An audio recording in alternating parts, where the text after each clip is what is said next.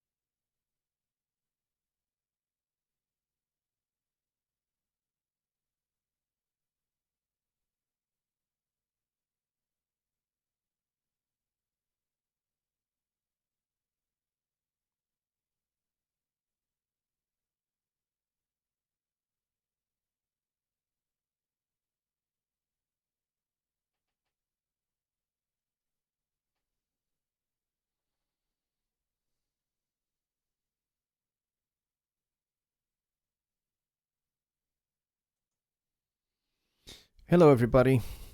Sorry, no intro music. And the reason for the no intro music was that this is all very, very last minute, and I'm just coming on because Jonny is at the hospital. Some of you may know that he's there. His wife got rushed in via ambulance, and I am in touch with Jonny. He's been sending me the occasional message when he can, letting me know what's going on. Yeah, apparently Denise is in quite a lot of pain, and I think they're taking her for a CAT scan, so it could be some time before Jonny is available. So I'll be doing the show tonight. So that is the reason why the show is over here on my channel and not over where it normally would be, for that reason. So sorry about that, folks. And I know Jonny hates to miss doing a show, but on this occasion, family takes precedent over everything else. So there it is, folks. That's kind of the news. That's where we're at. And there are 18 people here, which is awesome. Thank you for making the switch over to my channel for this evening's fun and frolics and mayhem. So because it's last minute, I've of course not planned anything because I was not planning to be doing a show. I was planning to be watching a show instead. I was planning to be watching Jonny's show. But as it is, this is where we're at. So I'm going to need help from you guys. So you guys are going to have to give me some questions and that kind of thing, and things that we can talk about that are going on with you guys in your studios, in your music, and we can take it from there. So that is what I would suggest. Let's see. Let's go and have a look up at the chat, which I now have popped out and on my second monitor, which is cool, so I don't have to have my laptop. My laptop is just running slower and slower and slower and slower and slower, so I decided that this is probably the way to do things. So let's see, we have Martin, we have Just Bob, and Ken is here, and Bobby Booth, of course, and Kyle Jedruziak is here, Thomas is here, Rich Wrestler is here. We've got a good crowd here. And Tony as well. Tony Stringer is here. And let's see what you guys are just chatting about. Recording with key switches. How about a walkthrough on the PSO? Yeah, the PSO. I've not actually updated my PSO, so I don't have the new parts of the sound library for the PSO. I do have a video series on the PSO, and I think I covered the key switches there, the different key switches that there are. Now, if you are wanting to change key switches in the moment whilst you are recording your particular track, let's say you have strings and you've got nice legato strings, but then for a section you want to have pizzicato strings, and you want to change the key switch for that, there are two ways you can do that. Number one is that you do it whilst you're playing, which is fine if you've got a reasonable sized keyboard like mine. But if you have one of those small little 25 key keyboards, yeah, that's going to be a challenge. So what I recommend you do is I recommend that you dub those in afterwards. So you just draw in the note on the a note block on the key switch that you want to change it to for that particular point, and then when you want to change it back to legato, you draw a note in on that key switch, and that will do it just fine. But so you can either do it on the fly, in the moment. That works great if you know exactly where your key switches are. But as I say, the other alternative is to add those key switches in afterwards. You cannot automate them because they are key switches. They are not assignable to any automation lanes or anything like that. So that really is the only way that you can do it. So there, I hope that is helpful. But that's about all I can suggest. Can I post a photo in this chat? No, you cannot post photos in YouTube chat. As far as I know, you've never been able to do that. But you never know, they may update that. Let's see. Toby Phillips is here. He says, "Hi Johnny, can you play reggae dub keys?" I can play a little bit of reggae. It's not necessarily stylistically accurate because I'm not a reggae player. But when I've been asked to do reggae tunes in the past, I've gone and listened to some reggae and had a listen to kind of what they do, and then I basically just try and copy what I hear from the record. So crap, that's a lot of reverb. There we go. That's a bit less reverb, but yeah, it tends to be.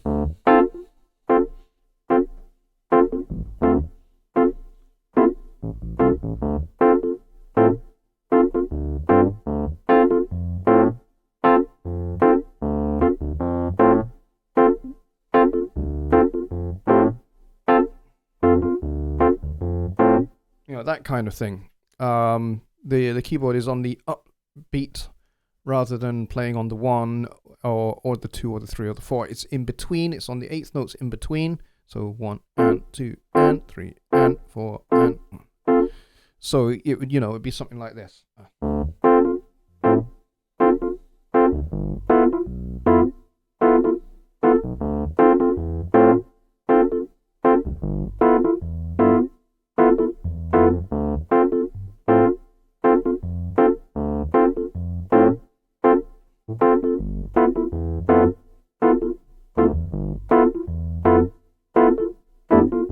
Something like that.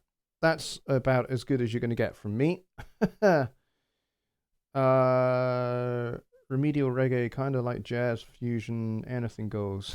Yeah, jazz fusion is a bit more what you would call through composed than you think. Particularly the music of Chick Corea, someone like that, where the music is extremely composed down to the fine detail. Albeit, there is room for improvisation within that. A lot of it is very, very carefully composed and arranged. But yeah, so there you go. Martin says, no way to create a macro like toggle on off that will do automation of key switches. Nope. No, you cannot automate key switches because they are switches on the key. You cannot automate a MIDI key. That's just the way it is, and you'll find that that's the case not only in Studio One, but you'll find that's the case in other DAWs as well, like Cubase, Logic, Pro Tools. It's the same. You cannot automate a key switch. Not even to toggle it on or off. The only way you could do such a thing is if the key switches are not mapped to a key, if they are mapped to a controller knob or something like that. And that just doesn't exist in the PreSonus Symphonic Orchestra. You'd be looking at an orchestral library that is a lot more expensive. You'd be looking at something that is in the $2,000 and above bracket, where key switches tend to be mapped to other things rather than just keys. Let's see. Why would one use a splitter in a track? Says Lance Mendoza. Good to see you, Lance. If you want to do more complicated routing, or you want to do some parallel compression or some parallel distortion, something like that, you might use a splitter to do that, rather than, create an extra bus. You can do it just in the splitter so that everything stays on the same channel. That would be a good use for the splitter, parallel compression, parallel distortion, and any other parallel processing, parallel EQ. You could certainly do that. Let's see. Martin says, "Oh, well, just thought I'd ask because I can't afford a larger keyboard." Well, you know what's I don't know how big your keyboard is. I'm guessing from the way you're talking that you have maybe one of these smaller little 25 key keyboards. Actually, you don't need to spend a lot of money to get a reasonably good MIDI controller. All you're after really is a controller that will trigger MIDI from the piano notes, and maybe a pitch bend and a modulation wheel, and a socket for a sustain pedal, which can be triggered via controller data. And that's it, really. You don't need lots of drum pads or lots of knobs on the keyboard. You really just don't. Not until you're kind of involved in music that's a lot more involved, or there's lots of automation going on. Like if you're involved in EDM, for example, then yes, you might want lots of mappable knobs on your keyboard. But if you're not doing that kind of music, you don't need those kind of knobs. So you can pick something up cheap that will just do and a bit of pitch bend and a bit of modulation wheel, and that's all you need. You can get like a 49 key keyboard for probably just about $100, maybe less. Look on eBay, look in Amazon, places like that. You should be able to pick something up cheap. Let's see. Rich says, Windows Defender has blocked some features of plugin scanner. This message I got today after unwanted PC update. Can this be fixed? Probably. I don't know how. You probably need to adjust your settings in Windows Defender so that it allows the plugin scanner to carry on doing its thing. Occasionally, even on Windows 7, if Windows Defender updates itself within Windows 7, you'll get a little pop-up like that, and it will usually give the option to allow or block or something like that. If you hit allow, then the plugin scanner will be allowed to pass through Windows Defender unfettered, unhindered, and the plugin scanner will just carry on working. My thumbnails don't update and some plugins don't load. That might well be the case if you've got that issue.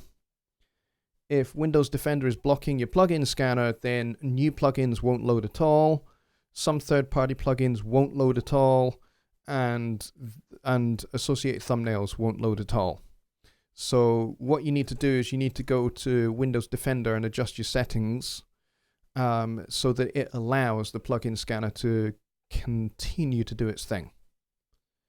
Especially if you're connected to the internet. That should not be a bother at all. Rich? Let's see. Check out some of Daryl Hall's reggae music. Yep. No control panel. Control panel, is that where I'd find that? Yeah, probably. I'm not a Windows 10 guy. I'm a Windows 7 guy. So you're probably best asking somebody that uses Windows 10 about that. I will be making the jump to Windows 10 in due course. I'm not doing it just yet, but I will be very shortly. Can you do a demo of some of the features with Waves TrueVerb that they are currently giving away? Yes, I can certainly do that. Yeah, I can certainly do that. I haven't actually used it that much myself. All I did really was just bring it in and check that it worked. But yes, we can certainly go over those kind of things if you just give me a few seconds to do that. Because I'd actually, this is how short notice this was. I don't even have Studio One open. I've had guests around here tonight, so for dinner, so I've not had Studio One open all evening. Lance has some good advice there for Rich. Mike is here, and he says hi all. Mike, maybe you can pitch in and give Rich Wrestler a wee hand there with how to get Windows Defender to allow the plugin scanner to do its thing. Okie dokie, let's close that. Let's go and get this one open.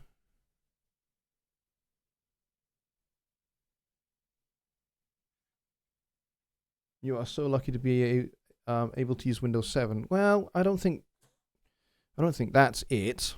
I think it's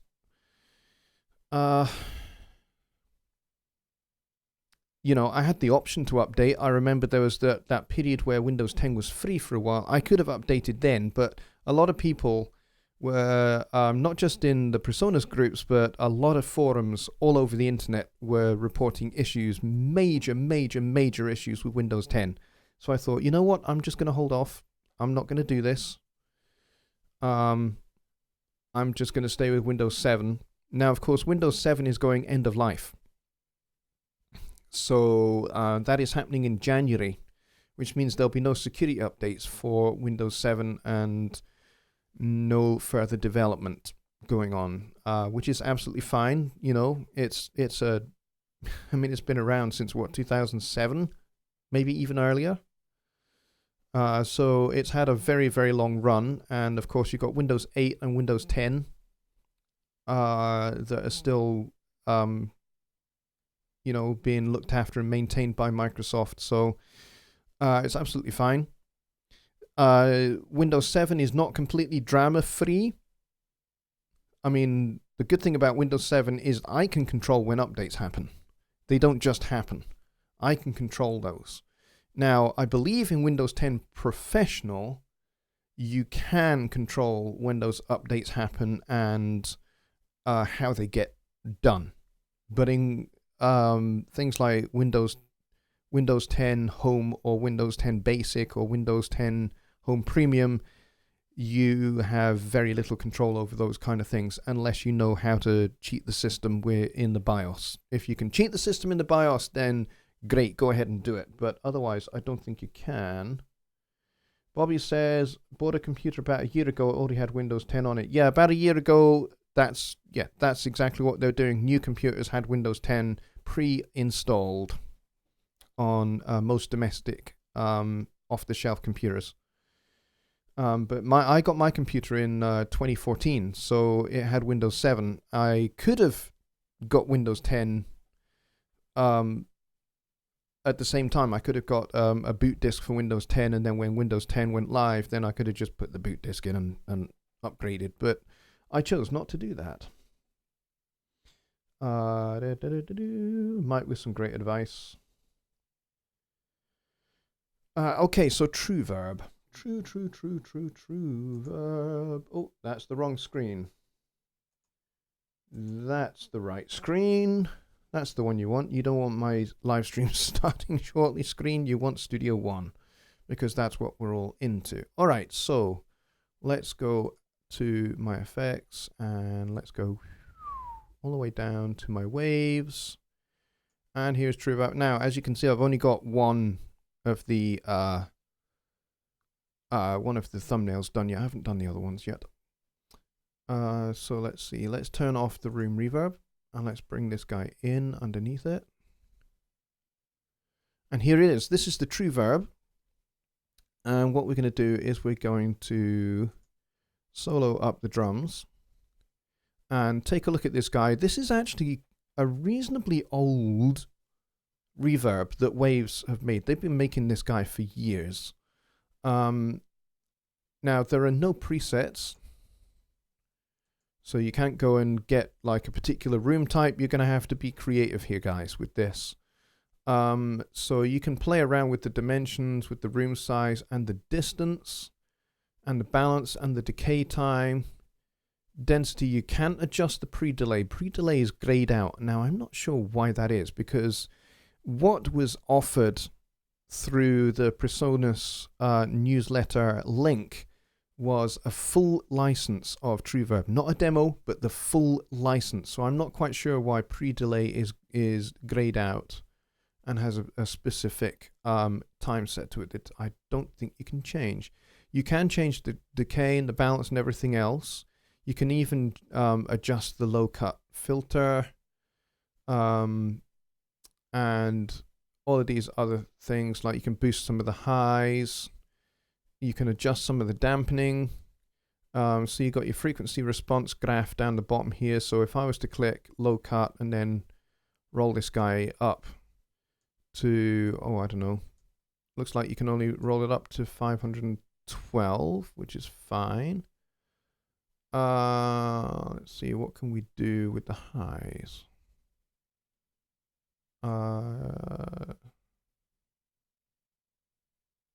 So I can cut and I can boost a little bit of the highs. I can make it bright, or I can make it dark. Looks like that's about all you can do with that. And you can adjust the amount of early reflections and reverb and the direct sound. So you can check these or gray these out entirely. As you can see, it changes what appears on the time response screen as well. So you can eliminate all reverb and just have early reflections. Or you can have direct and early, or you can get rid of the early and just have the reverb. So there's a good few options here. Deer Creek says nobody knows about Jonny Guibe or just me. Oh well. No, I started at the top of the show, Deer Creek, about Jonny. Denise's wife has been rushed into hospital, taken ill at their home, and that's where they are at the moment. They're at the hospital, and I have had not very much in the way of updates since then. I've got my phone to hand, which you guys can't see because we're looking at Studio One just now. The last I heard from Jonny was about half an hour ago when he said they want to do a CAT scan, and that's about it so far. So she's in having a CAT scan done, and that could take a while because not only do they have to wait for a scanner to become available, but they also have to wait for the results of the scan as well. It won't necessarily be instantaneous, so they could be in for a long night. And of course, she may get admitted. It's entirely possible. Depends on how delicate her situation is. All right, so getting back to the TrueVerb for a moment. Let's take a listen to what this sounds like. So I have this over here on this channel here, and I've got the drums soloed up so we can have a little play with it.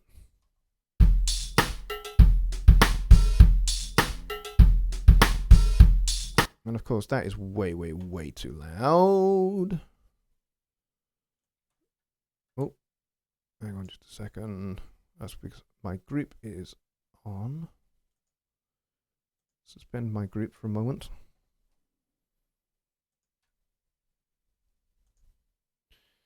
And just pull the drums down a bit.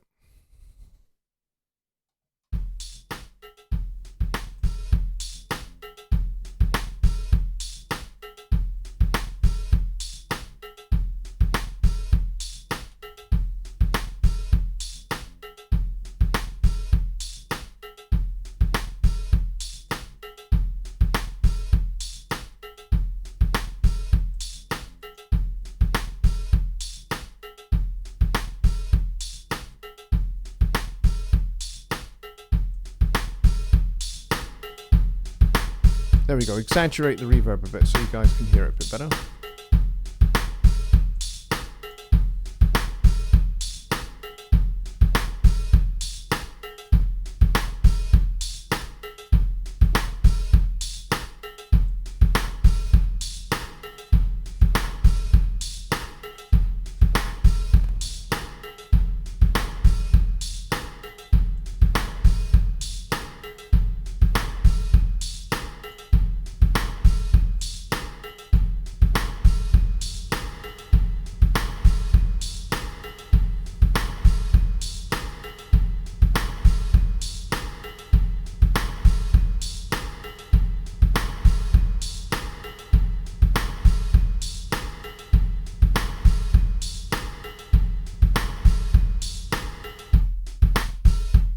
And that's without the reverb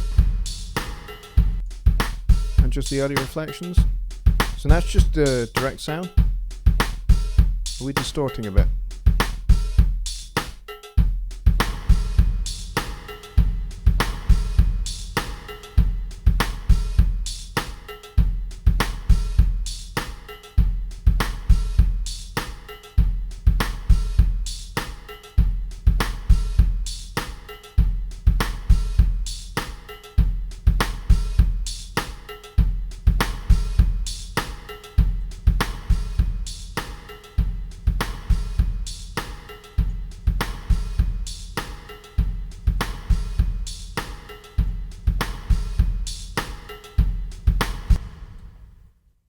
There you go, and that's pretty much what she sounds like. It sounds like a really, really nice reverb, in my opinion.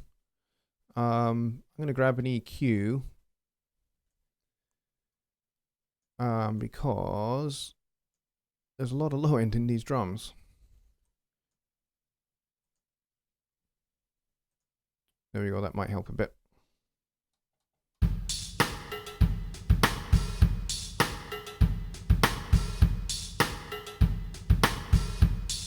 That's better.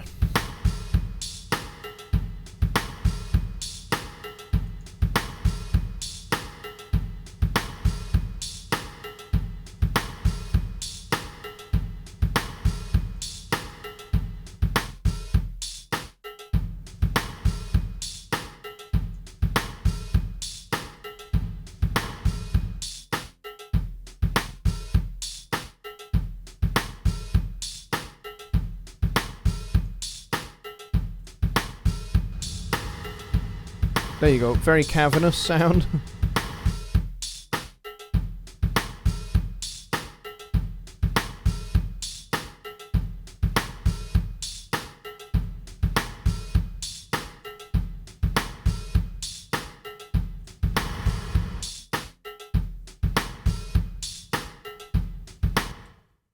There you go, so you can play with it to your heart's content. You can make it sound like a bathroom, you can make it sound like a cavern, you can make it sound like a club, you can make it sound like an arena. And I think it's pretty crisp, pretty clean, pretty nice overall, I think. So there you have it. That's the Treeverb, and it's pretty easy to use once you figure out what these do. And to be honest, you just have to experiment. I mean, that's the only way I've figured out some of this. Bobby says, my Treeverb has presets, plus you can go to Waves and download a few presets. Oh yes, you probably can, and I just haven't done that. I basically just installed it as is, to be honest.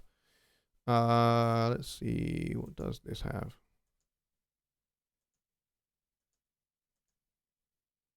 Huh.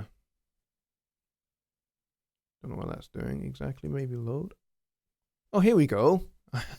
Duh, I'm an idiot. There we go. So that's a bit of a plate.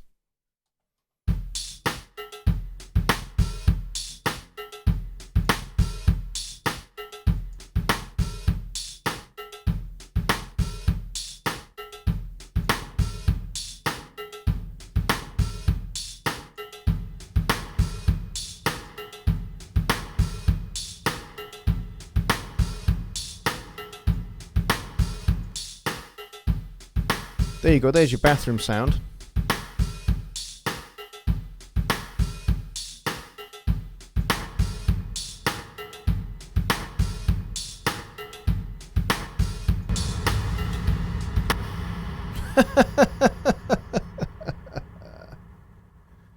I think the Millennium Verb, which is the last one that I just called up, is the one that just goes on forever.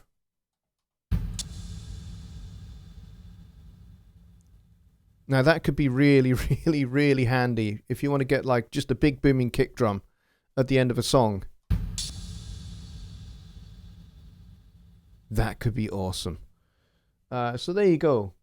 That's the true verb. It's very, very cool. I really like it. And it's amazing that this is offered for free.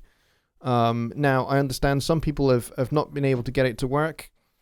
And some people have. And I think it's all to do with largely whether you have Wave Central updated to the latest version of Wave Central. If you have, then this should just automatically go in to Studio One from there. If you have your if Studio One and Wave Central are pointing at each other and vice versa, then this should just pop up and it should be fine.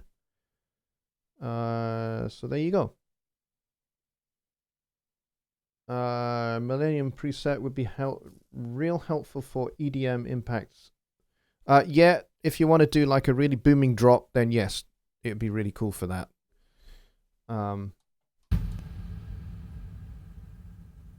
Like that, something like that. That would be pretty cool. All right, so there you go. That's the tree. That's the tree verb. It's not called the tree verb.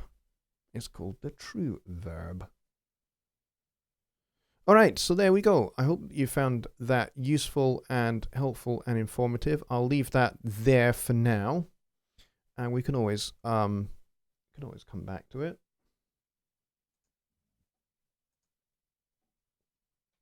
So there we go. Hope you guys found that useful and informative. Any more questions?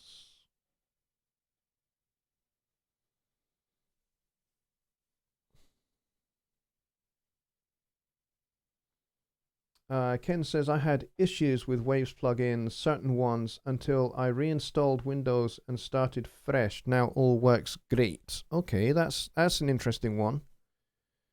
And that's not a small task, reinstalling Windows. It's not just something you go, oh, I'm just going to reinstall Windows. No, reinstalling Windows pretty much involves, in some cases, you might have to reinstall your plugins manually. In some cases. And in some cases, you might have to reinstall Studio One and any other software like that manually as well. It depends on how you config the reinstall of Windows, I guess. I wish I posted a screenshot, said Rich. Yeah, Rich, probably your best port of call. There is a Waves users Facebook group. You could have a look for that group and then join it, and then post the issue there and see if somebody is able to help you get it going. Or you could reach out to Waves themselves. I've never had an issue with Waves technical support, so as far as I'm concerned, they've been pretty good. Like I had trouble with the SSLG channel. That just wouldn't show up for me, and they were very helpful. They gave me a step-by-step little set of instructions that I couldn't possibly get wrong, and I just went and followed it through step-by-step and relaunched Studio One, and there it was in my browser under my Waves plugins tab, which is exactly what I wanted. Lance says, is there a Studio One for dummies? Well, you know what? We're all dummies. Even if we've been using Studio One for 10 years or almost 10 years, like some people have, like Jonny Gibe has been using Studio One since version 1. And I think he would even agree with me and would admit that not even he knows everything that there is to know about Studio One. So yeah, I think, you know, to a certain degree, we're all dummies when it comes to Studio One, because not all of us know everything about how it works and how to get the best out of it. So, but that said, as far as I'm concerned, in my shows, in Jonny's shows, and in the groups that we run, and also on the Personas forum, as far as we're concerned, there is no such thing as a stupid question. So if you have a question, and even if you think, gosh, everyone's going to think I'm thick if I post that, post it. We don't think you're thick. Okay? If it's a problem you're having and you cannot find a solution for it, or you haven't worked out what that solution might be, then, post it and we'll see what we can do to help you out. So, I hope that helps you. Sheila says, I don't have a question, but I have a statement. You're a cool dude for stepping up for Johnny Guy. At this time, we need more people like you in the world. Well, thank you very, very much. You're very kind. Johnny and I have been extremely good and close friends for the last 5 years or so. Yeah, 5, maybe nearly 6 years. We've been through a lot together, he and I. And so when he needs help, I jump in there and I help him out. And I know that he would do the same for me. If it was my wife being rushed into hospital and I needed my Sunday Night Live show to be covered, he would do it. I know he would. So, that's just how we roll. Just Bob says Johnny Lipsham Studios deserves the like button for being... I can't read that. For being something tonight. This gentleman and scholar graciously gave his time to help Johnny Guy in his time of need. Yep. Thank you, Just Bob. Yeah, as I was saying, yeah, my answer's the same to Sheila, really. Johnny and I are great friends. And, when I need help, he's there for me. So I'm here for him and helping him out. And it's the least I can do because there's no way I could get on a plane and get myself over to Chicago to go and hang out with him and be with him in the hospital, which is where I would like to be right now. Right now, where I'd like to be is over there, sitting with him in the hospital and just, kind of being by his side. But obviously I can't do that from here. So this is the very least I can do. And it's the best thing I can think of right now, other than praying for him, which I have been doing. And I hope those of you that are in the chat that do pray are doing likewise. And if that's not your thing, we love Johnny and we think the world of him and his family, and we really want to see good come out of this situation.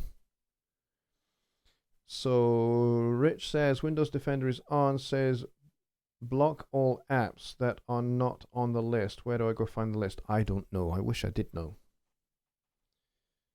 To be honest, anytime I get a pop-up about that says it wants to block something Presonus, I'd say don't you freaking dare, and I hit the allow button. If it's Presonus, it's allowed without a second thought on my computer. Yeah, sometimes Windows has a habit of getting, a little bit overprotective of your computer and thinks, oh, Presonus, are they trying to destroy the computer? I think I should clamp down on this. And, of course, Presonus are not trying to destroy your computer at all. They're trying to make positive changes for the better. So there is that.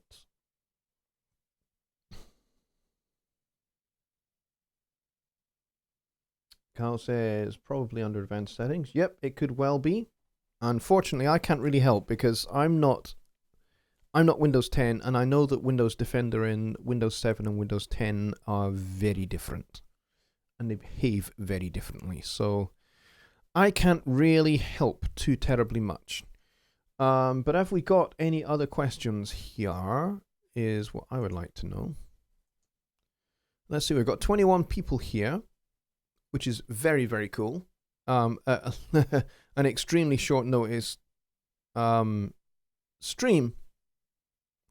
And we've been going for 40 minutes, more or less, which is very cool. And 12 likes. Thank you very much, guys. As I said, we have 22 people watching right now. If I could get 22 likes, that would be awesome. There you go. That's how high I normally sing. Let's see, what other questions do we have? Lance says, In your experience, what is a good vocal mic? This one. This is the Rode NT1A. Rode are an Australian company. I will not hold that against them. Oh, I'm only kidding. Yeah, they're an Australian company and they're great. There we go. Dropped into my Australian accent. Apologies to all Australians who might be watching this show. But yeah, the Rode NT1A is a very good, very affordable microphone that sounds fantastic. There are others on the market that are equally good. One recommendation that I have, and some of my very good friends who are Grammy award-winning recording and mixing engineers, who really, really, really know what they're talking about, especially when it comes to microphones, would recommend Lewitt mics and the Lewitt 240, I believe it is, which is a reasonably budget microphone that sounds phenomenal. A lot of my friends in the industry rave about that particular mic and Lewitt mics in general. So they are well worth going to check out for a good vocal mic. As I say, Rode make a really good one. Audio-Technica make a good one. The AT2020 is a really good mic. Behringer make us a very, very low budget but pretty good mic as well in the C1. I recommend that as a good option.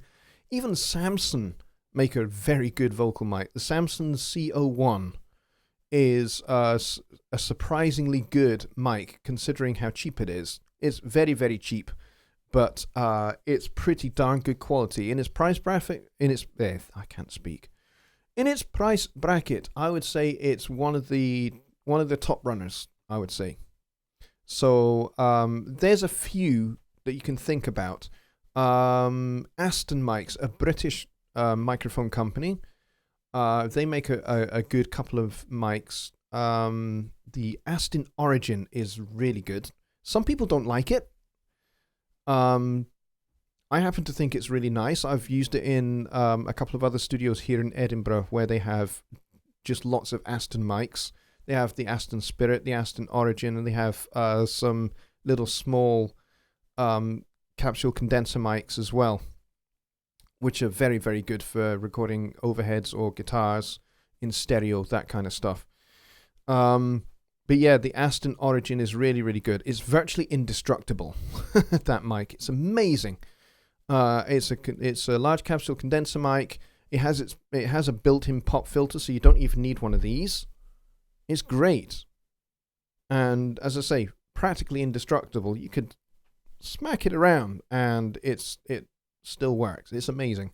So those are really good. Blue mics, that's another good one that I can think of that have a really good reputation. Let's see. Mike at Peace Valley Audio says, I like my Audio-Technica AT2035. Yeah, there's another good Audio-Technica mic right there. Ken says, I have the 2020, but I can get the 2035 slightly used for $80. Ooh, nice. Nice price.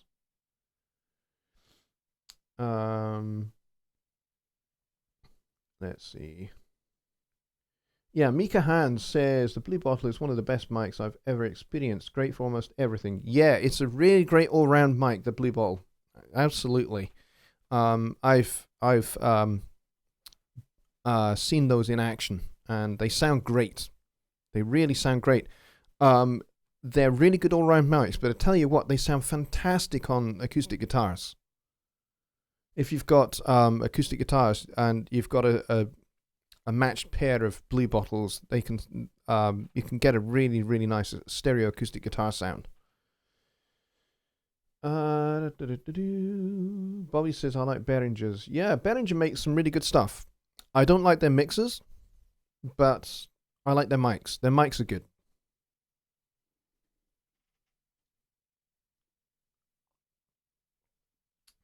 Toby Phillips says, Aston are based near me. Oh, that's awesome. And they have great stealth mic. Yes, that mic is amazing. What a terrific mic that is. If I could get my hands on one, I'd get one in a heartbeat, I tell you. What else do we have in the chat? Yeah, Mike is helping Rich out and says plug-in scanner boxes should be checked. Yep.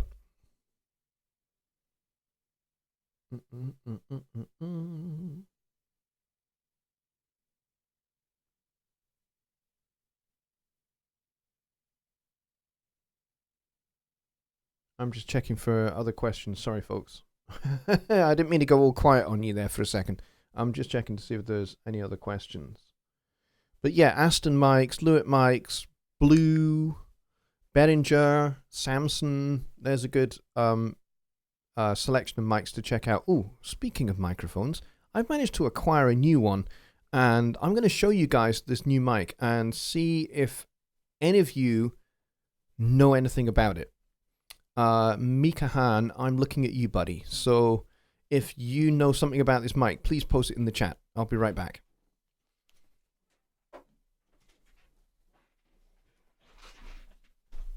Go to my mic locker.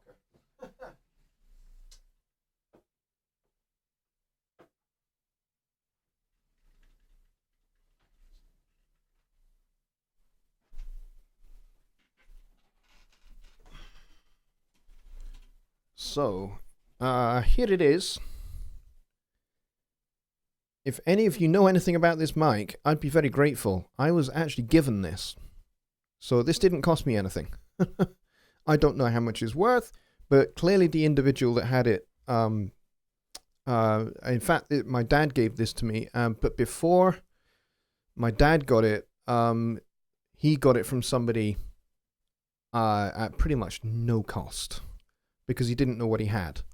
It's got a 10 dB pad on it, and it's got a high-pass filter, and it's the Red 5 Audio RV6. I really don't know anything about this, but I would really quite like to try this out on a few different sources and see what it sounds like. Let's see.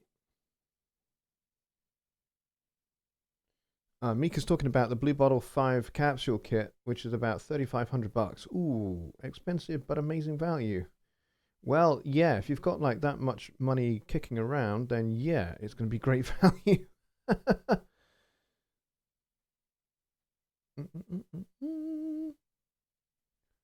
Ken says Lewitt has a new one out that Warren has reviews of. Looks great. Yeah, I haven't actually seen the video of that yet, but I'm definitely going to. But yeah, the 240 is a great mic. But yeah, Mika, if you know anything about this guy, I'd be very grateful, even if you don't post it in the chat. If you could just drop me an email or something like that, that would be cool. Because, I mean, the fact that it has a pad and a high-pass filter suggests to me that it's not necessarily a budget mic. But I could be wrong, and I'm willing to be wrong.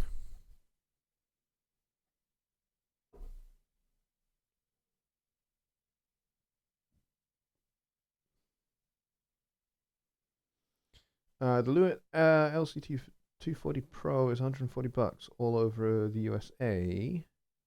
$140. That's going to be it's going to be about that's going to be just about £100 maybe. Still very, very reasonable. That's cheaper than the Rode NT1A or the Rode NT1, which is what I've got. I've got the Rode NT1. Is it the NT1 or is it the NT1A? It's the NT1A. Oh, I just bashed my chair into my desk. Yeah, I have the NT1A, and the Lewitt LCT 240 is going to be cheaper than that, which is pretty awesome. But yeah, I know nothing about this mic, and I'd really like to know a little bit more about it if anybody has ever come across it. It's quite weighty in my hand. It's quite heavy. You can see the capsule pretty clear through the grill. And it's in really good condition as well. So I'm gonna have to put it on and record something with it and see what it sounds like. So there we go, folks.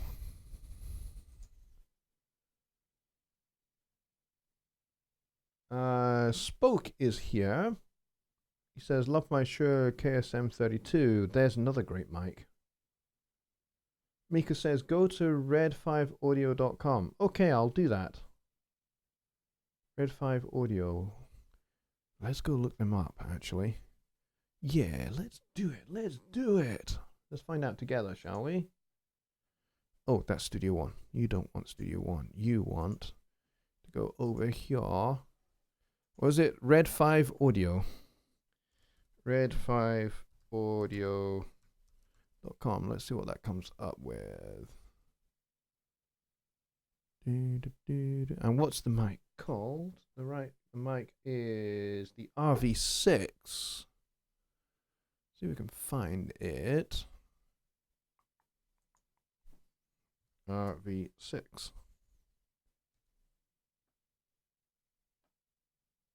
Oh, that's a shock mount. Where's the microphone?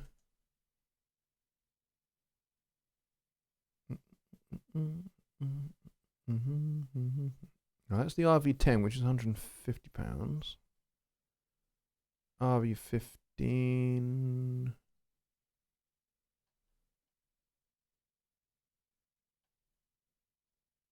They do a reasonable range of mics. Look, they even do a kick drum mic. RV8, £115. No, the drum set mics are out of stock. Let's see if we can find the RV. Yeah, I'm not seeing it here. Let's go to condenser mics. RV4 pair pencil. RV8, £150. No, I'm not seeing the RV6 at all. So maybe they don't make it anymore. I guess that is entirely possible.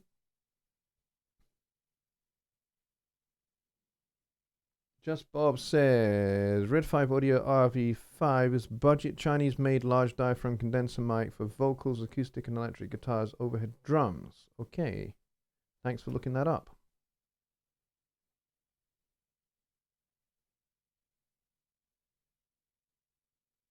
Mika says, use their contact info and ask them what vintage your RV6 is. Now, there's a good question. According to my research says, Mike, they don't do it. They don't make it anymore. Well, in which case, this is probably quite an old mic then. And it'd be worth getting in touch with them and finding out a little bit more about it. It looks like maybe it was replaced by the RV8.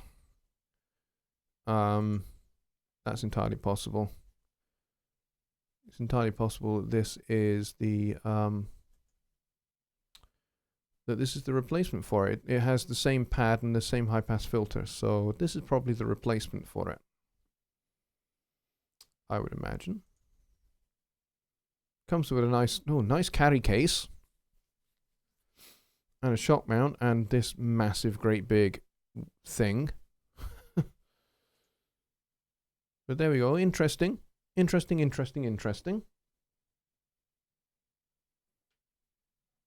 Interesting nonetheless. Company only started in 2001, so it isn't that old. Yeah, it kind of doesn't look old.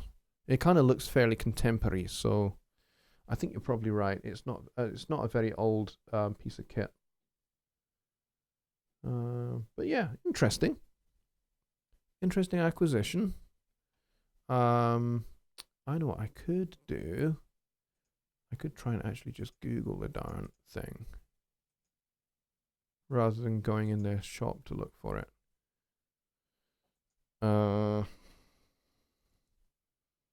Red5 Audio RV6. I found it in Google.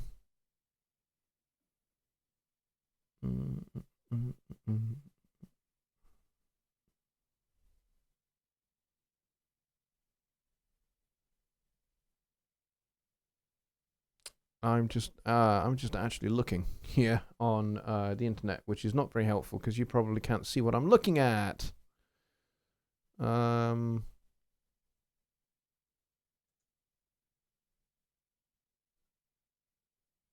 Sorry, this listing has ended. Okay.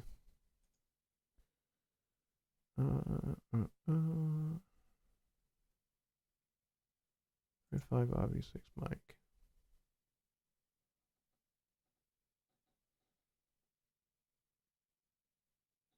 Oh, the Avantone Pro 95. Yes. I've heard that mic as well. I've never seen one, but I hear lots of good things about that mic. RV6 condenser mic, excellent condition.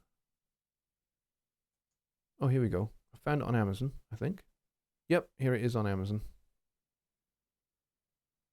What does it tell me about it? It doesn't really tell me very much, I don't think.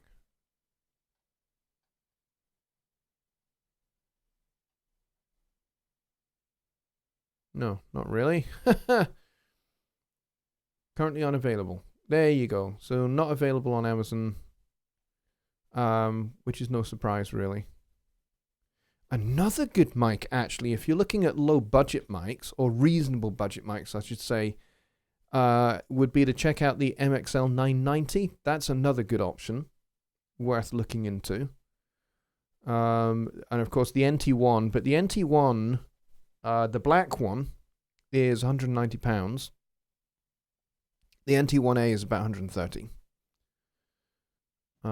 Yeah, it certainly looks like the RV6 is just something that just doesn't exist anymore.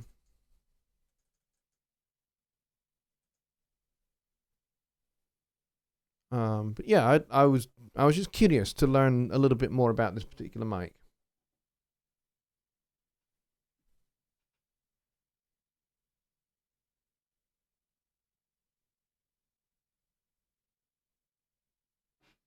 Rich Wrestler asks, what is the difference between shutdown and restart? Well, shutdown completely shuts down your computer and keeps it shut down. Restart basically powers down the computer and restarts it automatically, so you don't have to. But yeah, a full shutdown sometimes is what you need to do to get something to work. I've done that before where something isn't working or it's glitching out and I just go, okay, enough's enough. I shut down the whole computer. I turn it completely off. So I do shut down from the Windows menu. I let it completely shut itself down until it's completely powered down. I leave it for 30 seconds and then I press the power button on the computer and allow it to power cycle itself that way.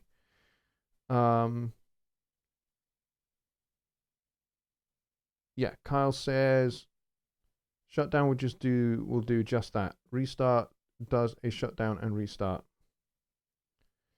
Mike says restart is the best way to install updates on Windows 10. Ken says not sure, but shutdown may clear cache that restart does not. Oh, that's entirely possible. I've done that with Windows 7, so entirely likely. So we've got 18 people here now, and we are we're 5 minutes past 1 in the morning here in Scotland, and we're all in the midst of trying to help Rich and his Windows 10 updates.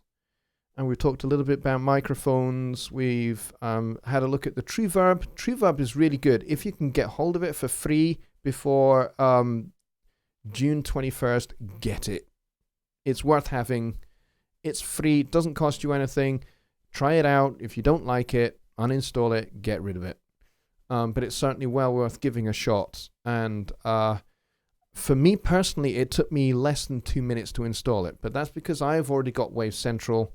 All I had to do was update my Wave Central from Waves 9 to Waves 10. Once I had done that, then it was very easy.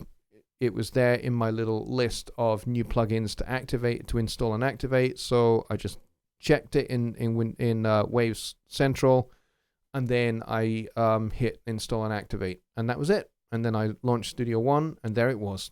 It really was that simple. So,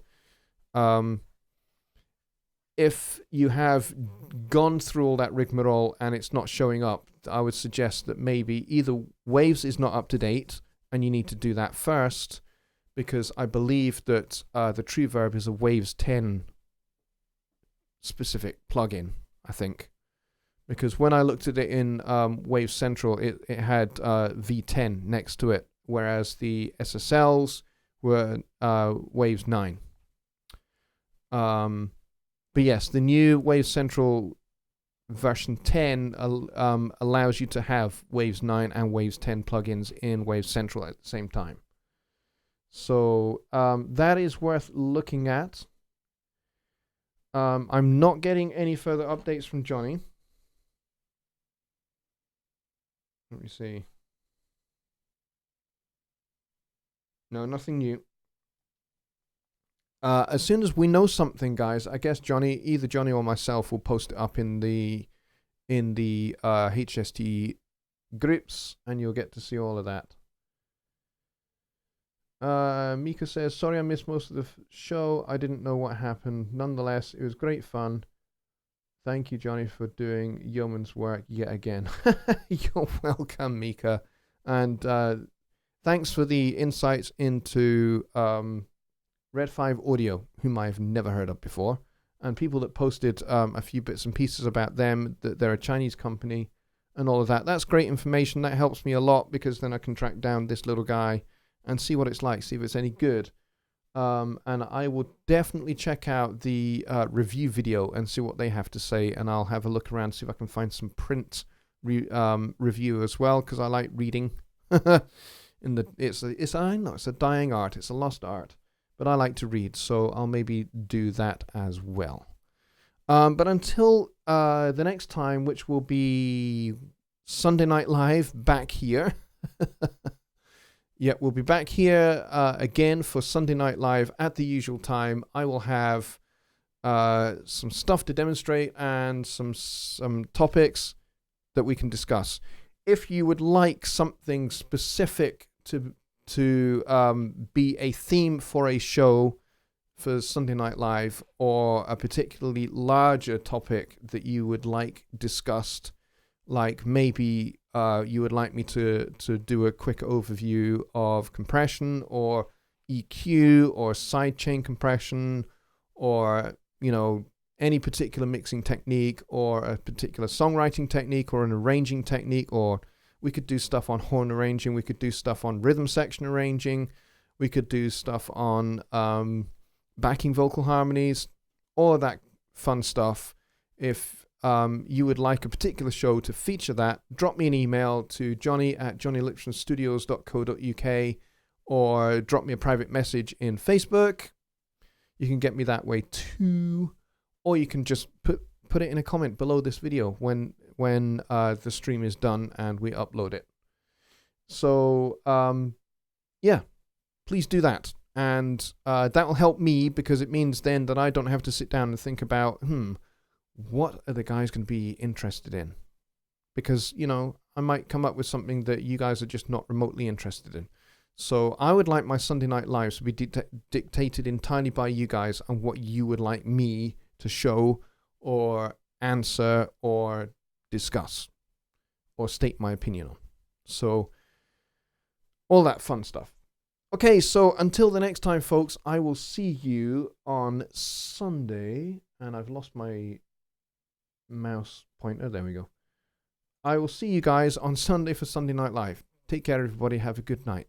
Cheers.